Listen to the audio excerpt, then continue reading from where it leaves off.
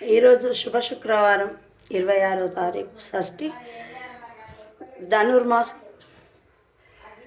ప్రతి ఒక్కరికి ఆ గౌరీ తనయులు దీవెనలు, ఆ భద్రకాళి అమ్మవారి ఆశీస్సులు ఉండాలి అని నేను మనస్ఫూర్తిగా కోరుకుంటూ, జయమంగళమమ్మ జగదీశ్వరి, శుభమంగళమమ్మ